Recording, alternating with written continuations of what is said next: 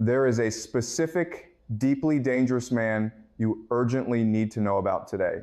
Most of the mainstream media coverage this week has not even mentioned him by name, and I think that is a catastrophic mistake. Because understanding exactly who this man is, why he was abruptly appointed to power, and what he just said on Iranian state television yesterday tells you infinitely more about the next 6 days of this war than anything that happened in the sterile negotiating rooms in Islamabad or Tehran. His name is Mohsen Rezai. He is 69 years old, and for 16 bloody defining years, from 1981 to 1997, he commanded Iran's Revolutionary Guards. Think about what happened during those 16 years. He personally oversaw the brutal, grinding Iran-Iraq war. He oversaw the foundation and rapid development of Iran's deeply feared ballistic missile program.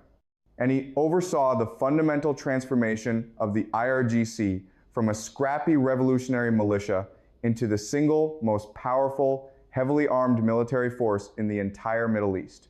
He ran for the president of Iran 4 separate times, and he lost every single time. But his electoral defeats are entirely beside the point. The point is that when Iran's brand new supreme leader, Mojtaba Khamenei, the son of the man America assassinated on February 28th, needed to choose someone to be his personal military advisor this past March, he did not choose a moderate. He chose Mohsen Rezai. And yesterday, sitting in a television studio, proudly wearing his military uniform on Iranian state television, Mohsen Rezai looked into the camera and said this: "Mr. Trump wants to become the police of the Strait of Hormuz. Is this really your job?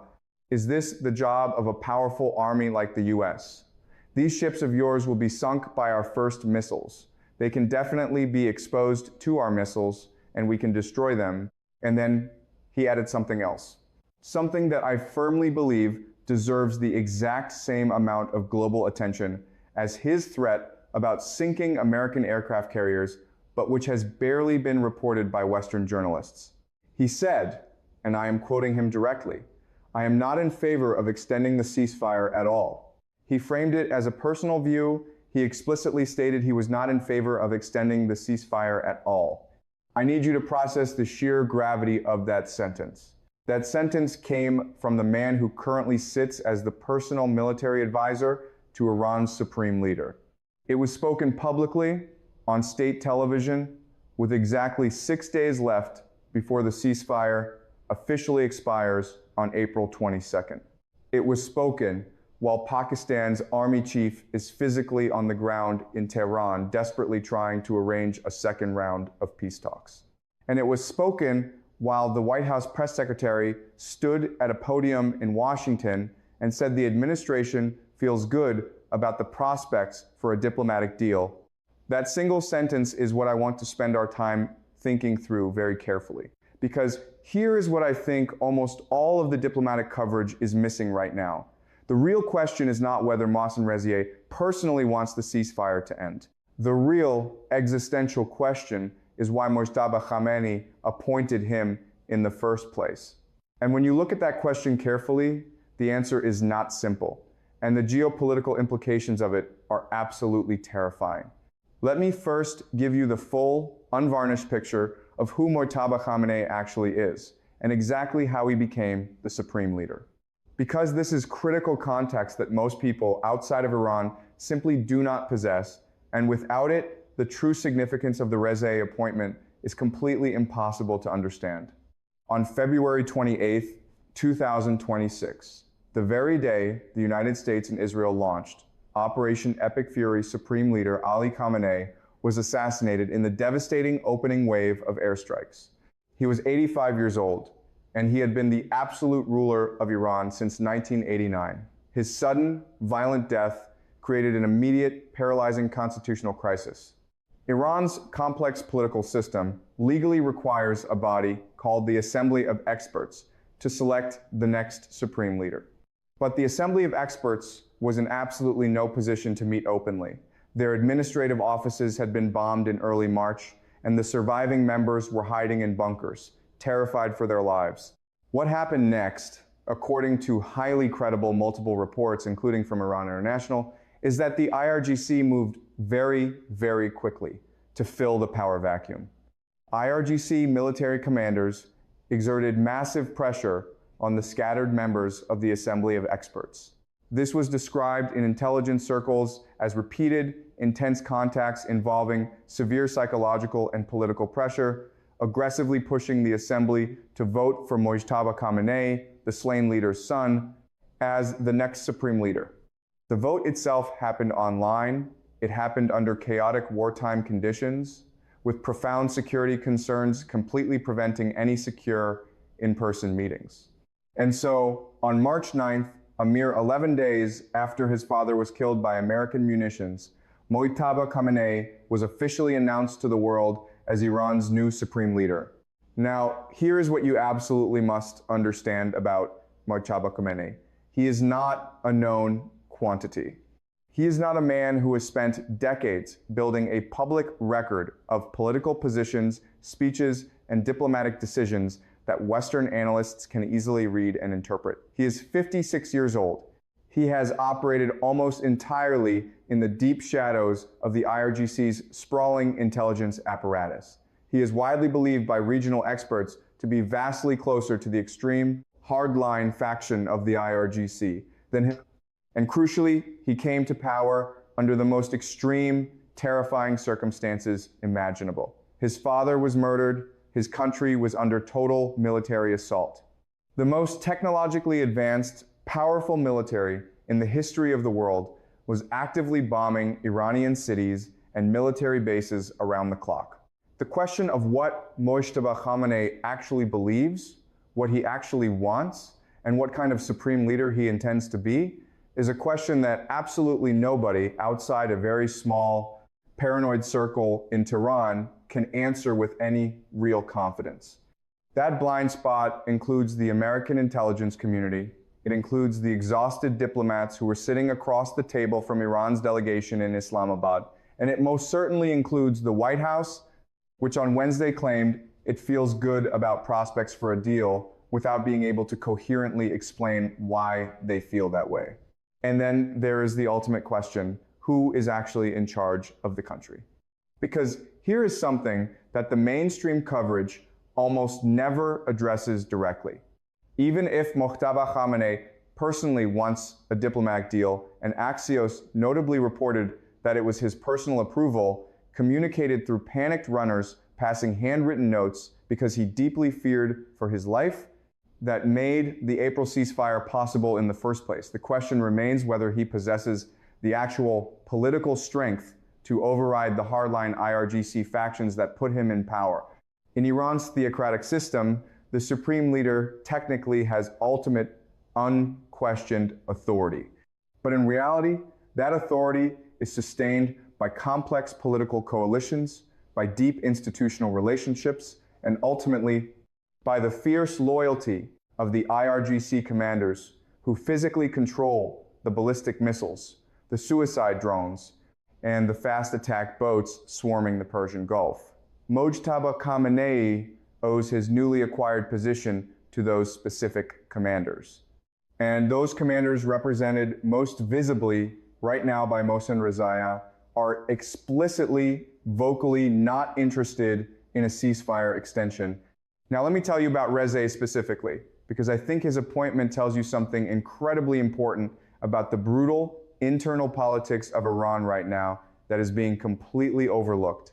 Mohsen Rezai is described by every single credible intelligence analyst who covers Iran as a hardliner.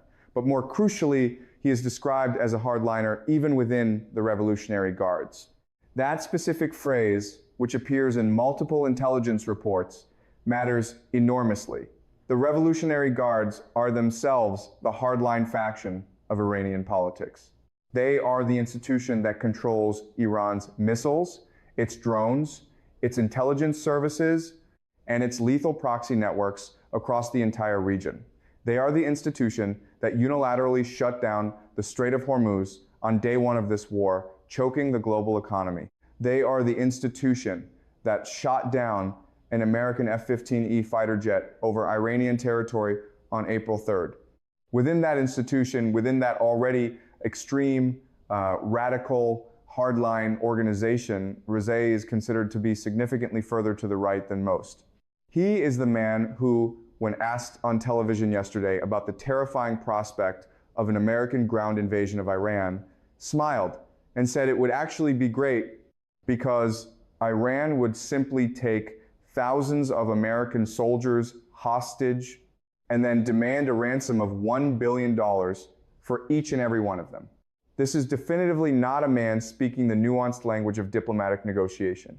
This is not a man speaking the language of compromise or ceasefire extension or a productive second round of peace talks in Islamabad.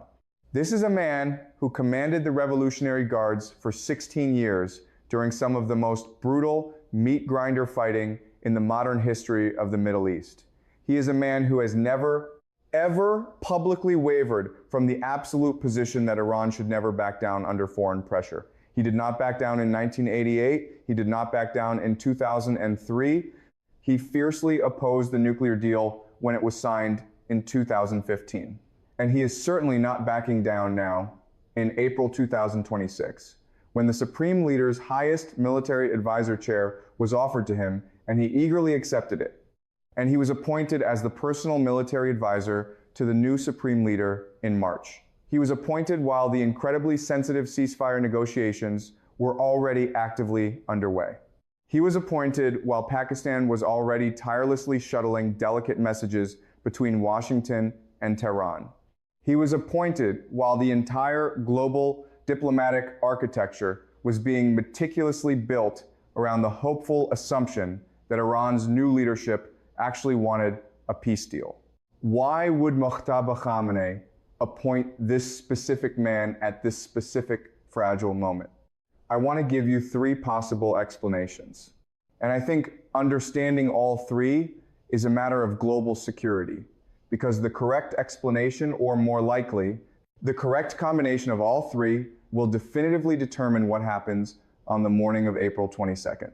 The first explanation is that Mojtaba is himself ideologically much closer to Rezai's radical position than to his own foreign minister's moderate position. In this scenario, the appointment reflects Mojtaba's genuine, deep-seated preference for continued military confrontation over a negotiated settlement that requires Iran to humiliatingly give up its nuclear enrichment program. If this explanation is true, the ongoing peace talks in Pakistan are nothing but a masterful delay tactic. Iran is intentionally using the ceasefire window to desperately rebuild its military capacity, and we have irrefutable satellite imagery of them digging out their missile tunnels confirming this. The appointment of Rezai is a loud, undeniable signal to the IRGC and to the Iranian people that the new Supreme Leader is absolutely not going to surrender to American demands on nuclear enrichment. In this scenario, April 22nd is the day the bombs start falling again. The second explanation is that Mojtaba is genuinely trying to find a negotiated deal, but he desperately needs political cover from the hardline IRGC to make those concessions without being accused of treason. By explicitly appointing Rezai, the ultimate hardliner, the man who commanded the guards for 16 years as his top military advisor, Mojtaba is cleverly buying himself credibility with the dangerous IRGC establishment. He is signaling to them, look, I have the toughest man in the room advising me. I am not weak. I am not surrendering. And then he intends to use that political cover to go to the negotiating table and make difficult concessions that would be politically impossible without Rezai standing behind him. In this scenario, Rezai's public opposition to the ceasefire extension on television is not actually Mojtaba's official position. It is merely Rezai's personal view, exactly as Rezai himself claimed. And that distinction matters enormously for the sake of global peace. The third explanation is, without a doubt, the most uncomfortable and terrifying one. It is that Mojtaba Khamenei does not yet have full control over Iran's decision-making apparatus, and the Rezai appointment reflects not a strategic choice by a leader, but a political constraint imposed on a puppet. This scenario suggests that the IRGC commanders, who violently put Mojtaba in power in a rushed online vote under wartime conditions, retain absolute influence over his decisions. It means that Rezai's presence at the Supreme Leader's side is less about Mojtaba choosing Rezai and much more about Rezai being forcibly placed there by the IRGC to ensure the inexperienced new Supreme Leader does not dare make concessions that the hardline military establishment does not want. In this scenario, Rezai is not an advisor, he is a minder. He is a warden, and the personal view he expressed on television is not personal at all. It is a calculated warning from the institution that truly controls Iran's military to anyone in the government who thinks this war is ending on terms that require Iran to abandon nuclear enrichment. Now, let me tell you why America has not officially commented on any of this. Because Washington's silence is just as significant as Rezai's televised threat. The White House on Wednesday reiterated that it feels good about prospects for a deal. The State Department has issued absolutely no formal response to Rezai's explicit threat to sink American ships. CENTCOM has made no statement about the Supreme Leader's military advisor publicly opposing the ceasefire extension. The official American posture is stubbornly optimistic that Pakistan is in Tehran making progress, that the White House remains hopeful, and that a second round of talks is highly likely to happen in Islamabad before the April 22nd deadline. I want you to think carefully about why that is the public posture when the Supreme Leader's own military advisor is on state television threatening to sink American warships and actively trying to sabotage the ceasefire. The first reason is that officially responding to Rezai instantly gives him and his radical position significantly more diplomatic weight than America wants to give it. If the White House publicly announces that it is deeply alarmed by the Supreme Leader's military advisor, that formally elevates Rezai's rogue statement into an official Iranian state position that America is then forced to deal with. Right now, it can be conveniently dismissed as a personal view. Once America responds formally, it becomes something much harder for either side to walk back. The second reason is that America is right in the middle of an incredibly delicate diplomatic moment. Pakistan's army chief, Asim Munir, is physically in Tehran. He is carrying highly sensitive messages from Washington. The White House firmly believes it has an in-principle agreement from regional sources that the ceasefire can be extended. Publicly addressing Rezai's aggressive threat right now would inject massive political noise into that fragile diplomatic channel at the absolute worst possible time. The third reason is the most significant of all. America may genuinely not know how much weight to give Rezai's statement. Is he speaking for Mojtaba Khamenei or is he speaking against him?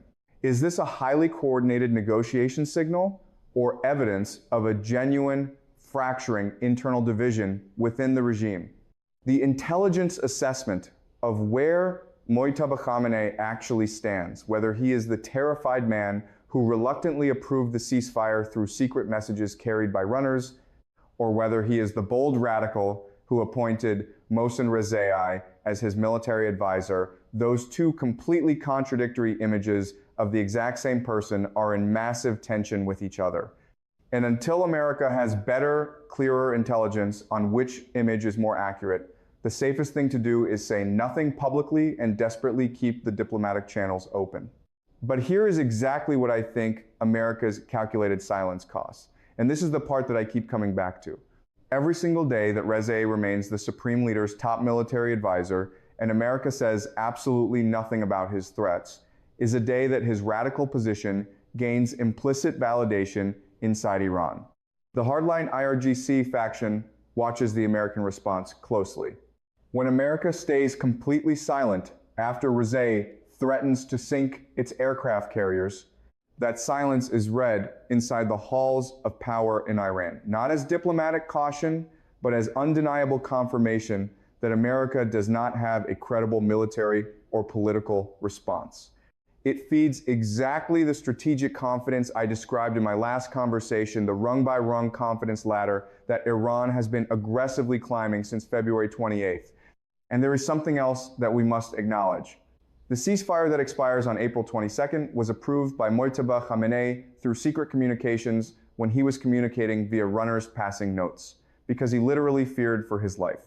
That was a man operating under extreme duress, making a monumental decision under circumstances that no national leader should ever be making decisions under. 6 weeks later, the situation is completely different. Mojtaba is significantly more established. The immediate, paralyzing fear of American assassination has presumably reduced. The ceasefire has been successfully in place for 2 weeks. Iran has actively used that precious time to dig out its buried missile cities. Satellite imagery definitively confirms this. Iran has received advanced Chinese surface-to-air missiles.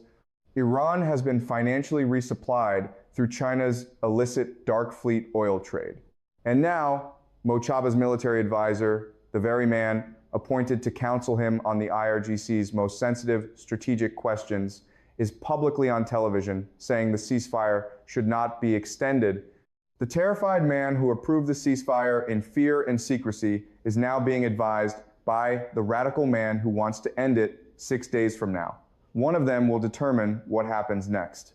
I want to close with a question that I think frames everything about this historic moment. Pakistan's Army Chief Asim Munir landed in Tehran yesterday carrying a vital message from Washington. He met directly with Foreign Minister Araghchi. He is described by diplomats as a key intermediary. The White House insists it is optimistic. Regional sources are telling the Associated Press there is an in-principle agreement to extend the ceasefire. All of those signals point directly toward a negotiated deal or a formal extension. And yet, Mohsen Rezai, wearing his military uniform, sitting confidently in front of Iran's state television cameras, told the entire world that he does not want the ceasefire extended at all, and then described in vivid, violent detail exactly what Iran will do to American ships if the naval blockade continues. Both of those realities exist at the exact same time, but they absolutely cannot both determine the outcome of this war. One of them will win. The question is which one, and the answer to that specific question depends entirely on something that nobody outside a small, highly guarded room in Tehran can tell you with absolute confidence. Whether Mojtaba Khamenei is the man who whispered approval of the ceasefire through runners carrying notes, or whether he is the man who purposefully chose Mohsen Rezai to sit beside him and advise him on what comes next. Watch exactly what happens in Tehran in the next 48 hours. Do not watch what the White House says in Washington. Do not watch what Pakistan's foreign ministry announces in Islamabad. Watch what Mojtaba Khamenei does specifically. Watch whether Rezai speaks on television again, whether his belligerent appearance is immediately followed by clarifying statements from Iran's foreign ministry trying to distance the government from his radical position, or whether the complete silence from Iran's official diplomatic channels allows Rezai's threat to stand as the absolute last public word from the new supreme leader's inner circle before the ceasefire clock brutally runs out. That silence, or the breaking of it, is the single most important signal of this entire week. And America, which has not commented on any of this publicly, is watching for exactly the same thing. There is one more crucial thing I want to say before I close, and it is about what this moment means far beyond just the next 6 days.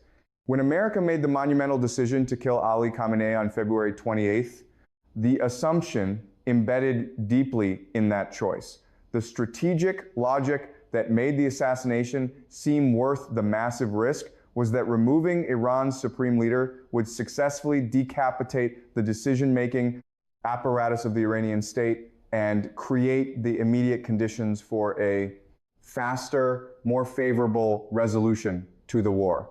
35 years of entrenched institutional authority gone in an instant. The assumption in Washington was that whoever came next would naturally be weaker, more uncertain, and vastly more likely to accept American terms that Ali Khamenei never, ever would have accepted. What actually happened on the ground is infinitely more complicated and dangerous. Mojtaba Khamenei came to power under intense IRGC pressure in a rushed, flawed process with absolutely no established political base of his own. And precisely because he has no established political base, he is infinitely more dependent on the IRGC for his own legitimacy than his father ever was in his later years. His father could occasionally forcefully overrule IRGC hardliners because he had 40 years of undeniable institutional authority standing behind him. Mojtaba has exactly 6 weeks, and the man the IRGC placed beside him as his top military advisor just went on television and said he does not want the ceasefire extended. America intentionally removed the supreme leader, and in doing so, they got a supreme leader who is vastly more vulnerable to IRGC hardline pressure, not less. That is the devastating strategic irony sitting at the very center of this moment.